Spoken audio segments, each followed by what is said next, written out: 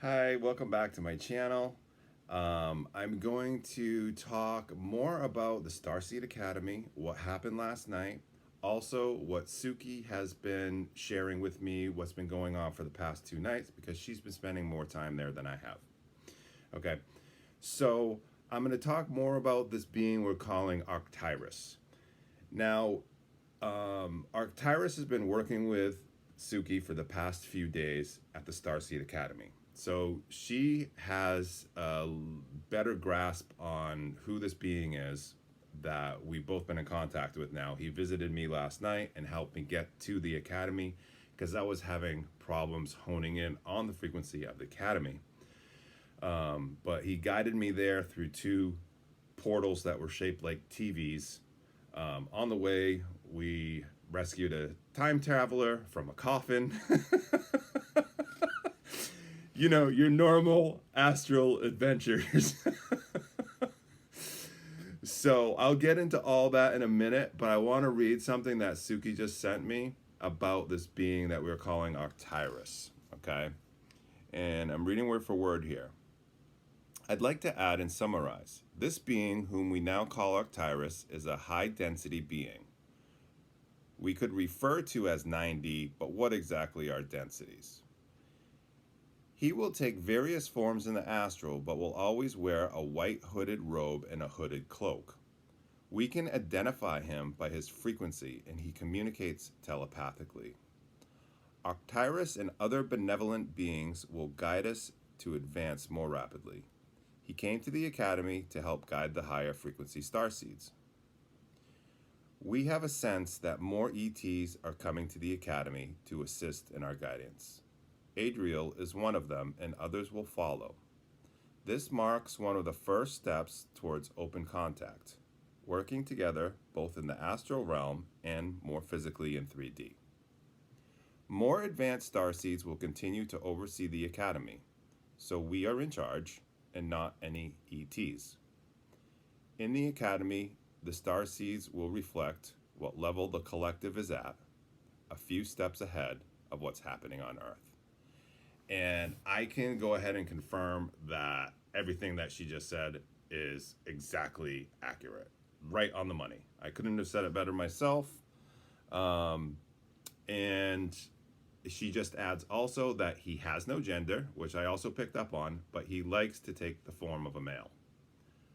Probably because of the whole protective, guidative, not that a female can't be protective and guidative either, but anyway, that's up to him, it, whatever you want to call it, Arctyrus. So, yeah, so he likes to take the form of a male. That's definitely the way that I saw him being projected.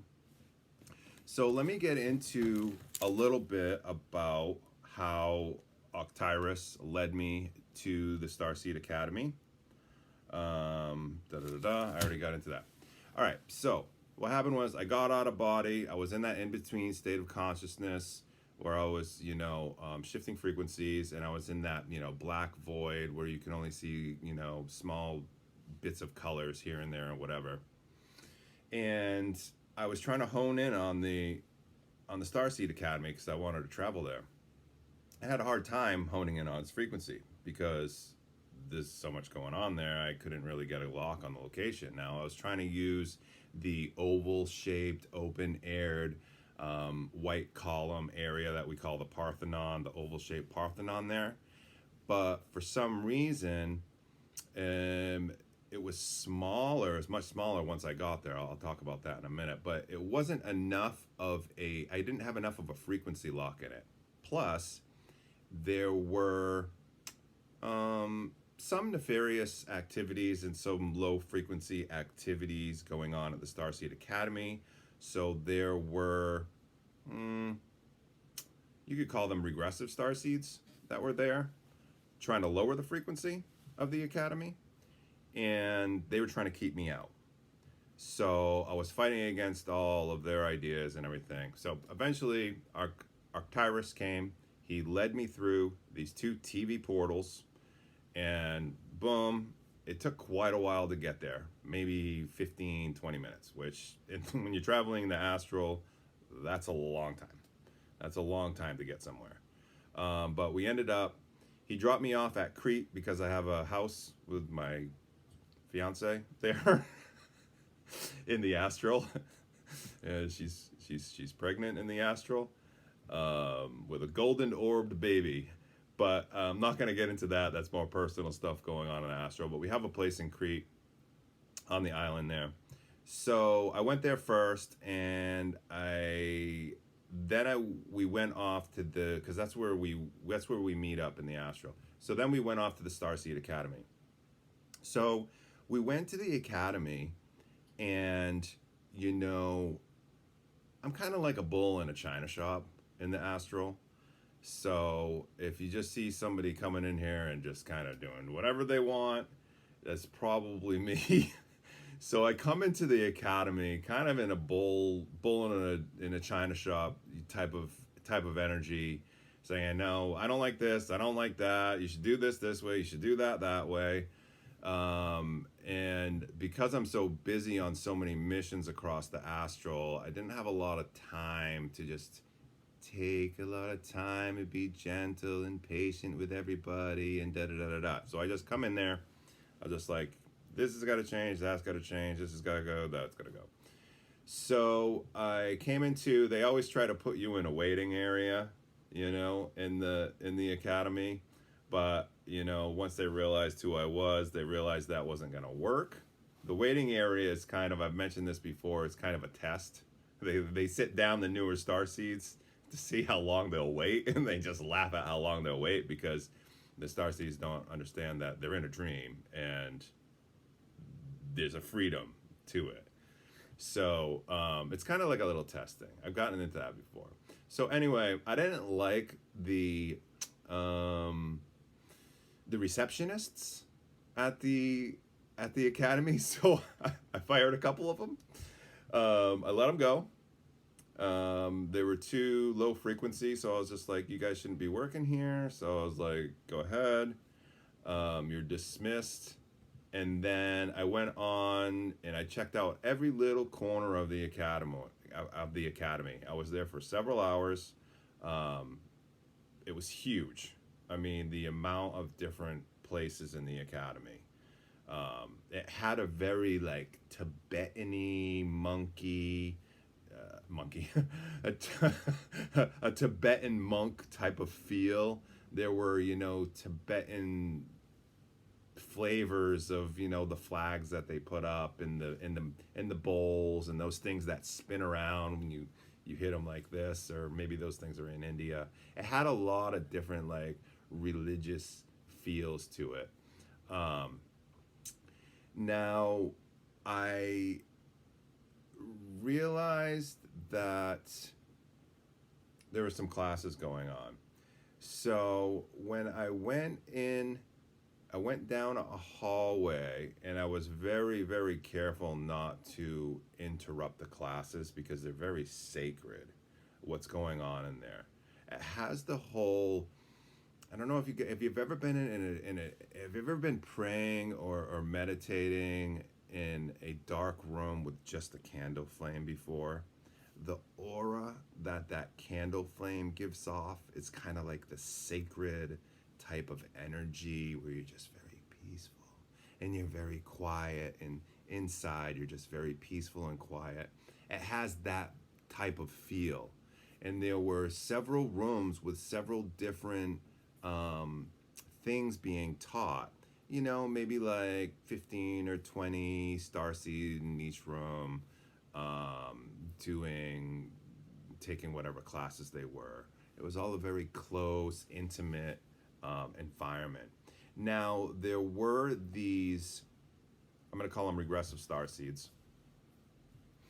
I'm not saying that they're completely regressive, they just have regressive tendencies. They just don't have their stuff. And so they're on the outskirts of the classes, and they're trying to lower the frequency of the classes. So I weeded some of them out, told them they weren't allowed to come to these classes if they were just there to lower the frequency of them. So I kind of cleaned house in that way.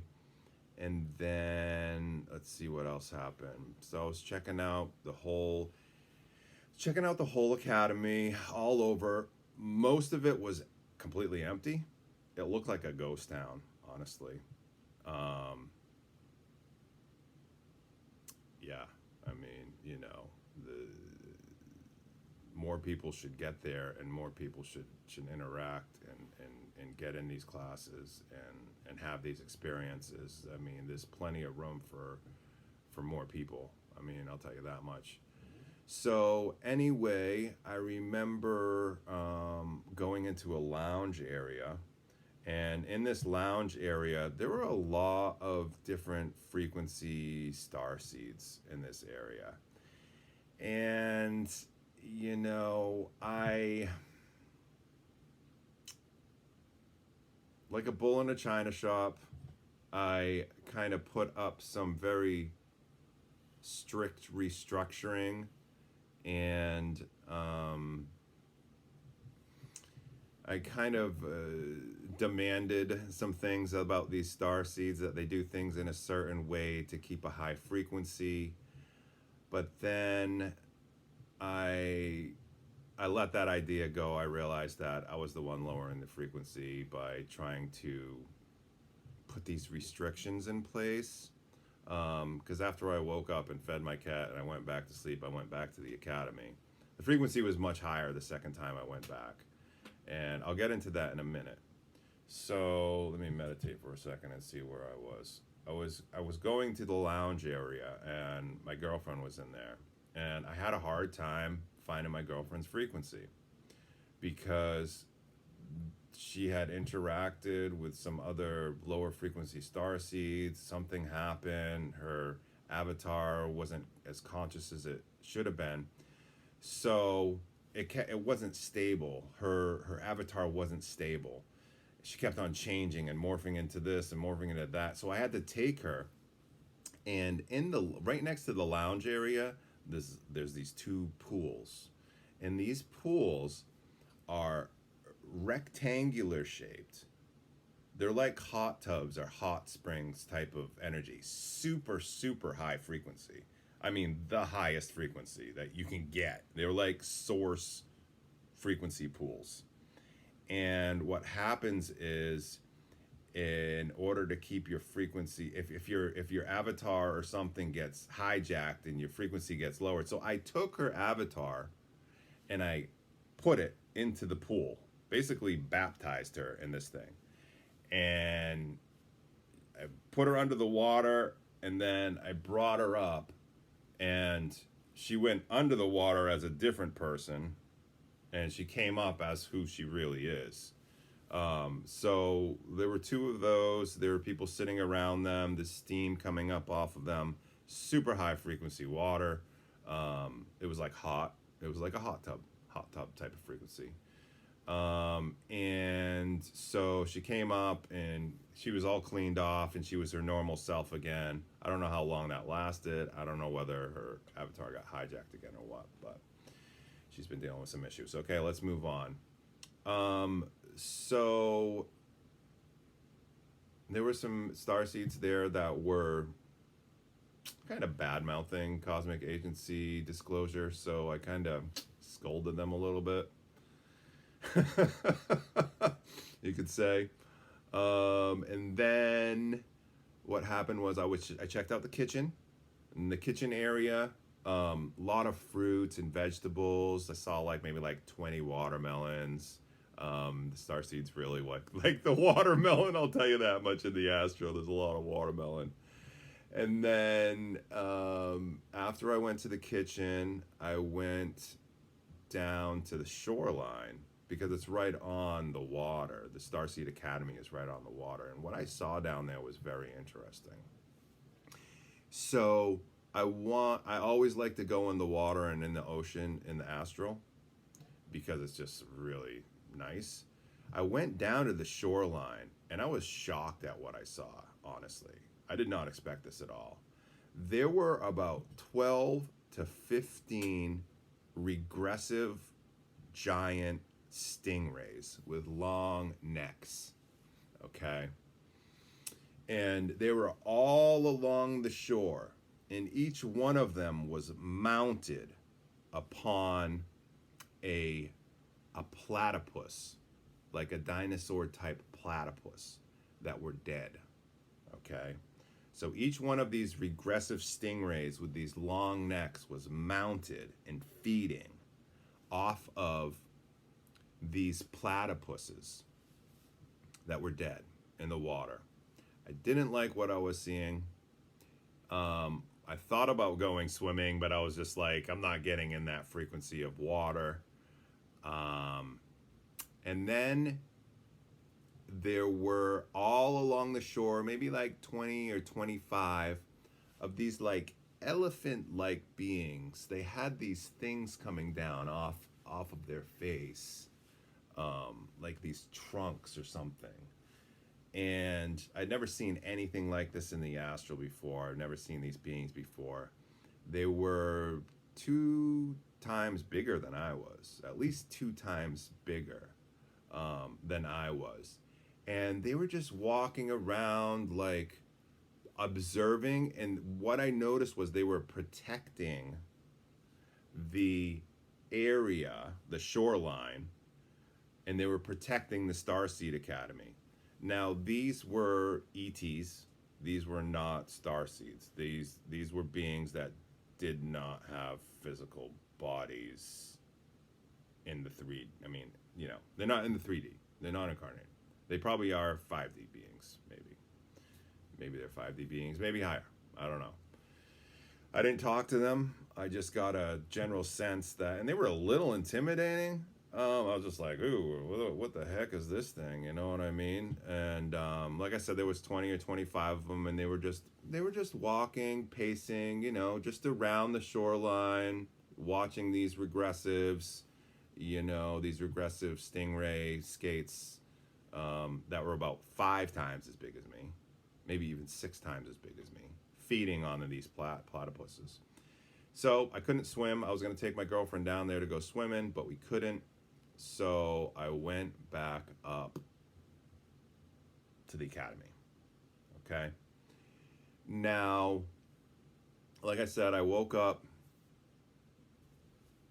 I fed my cats and everything, and then I went back to the academy. And when I went back to the academy, Arctyrus had picked out 2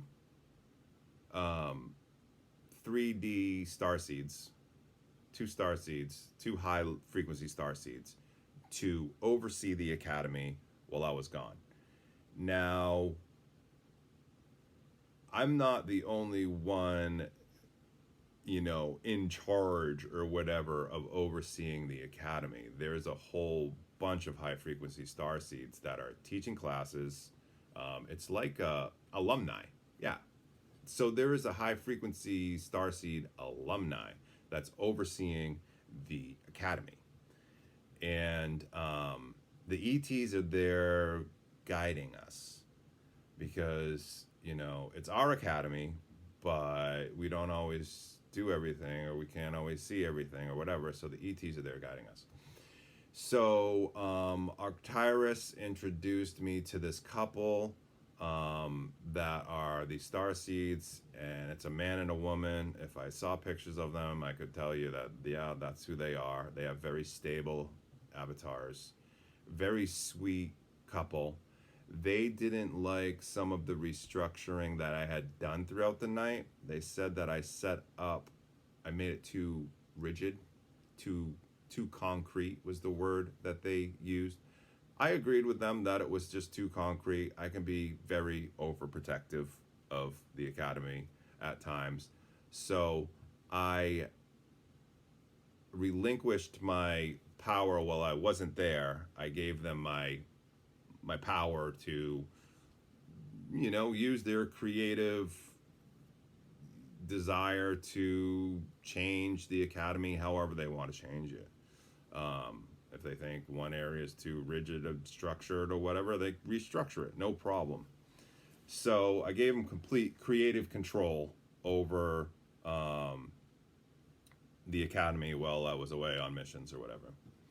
So, um, yeah, I mean that's pretty much it. They're acting as a proxy right now. So, and Arctyrus calls them the overseers. So, oh yeah, the president. So, I fired a lot of the staff members, and I fired the president. Okay, he called himself the president of the academy. Now, this was the most regressive starseed that I came across last night.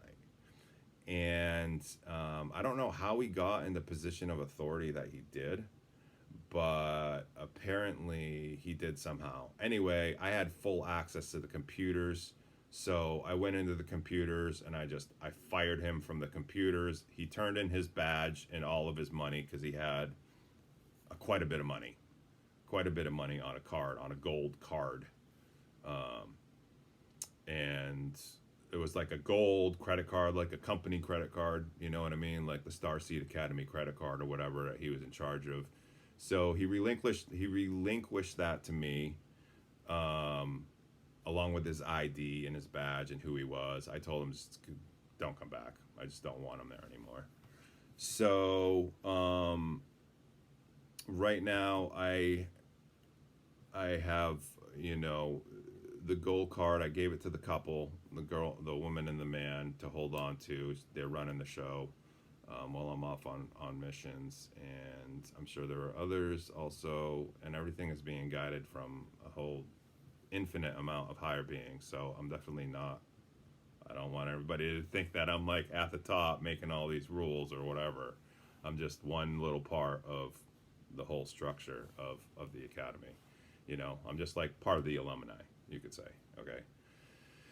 So that is pretty much the Starseed Academy news for this day.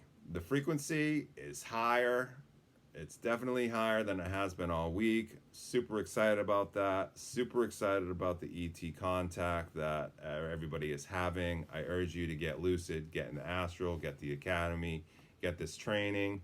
Get these trainings, get these schools, raise your frequency, check out the pools, eat some of this fruit, and let's raise the frequency of the whole shoreline. That's the whole, we should be able to do that. Everybody's just lounging around like having fun, and yeah, that's what it's there for, exactly. But we're gonna have to, at some point, expand our milieu, you know, our environment, our frequency. We can span it out. We want to be able to swim on the shore.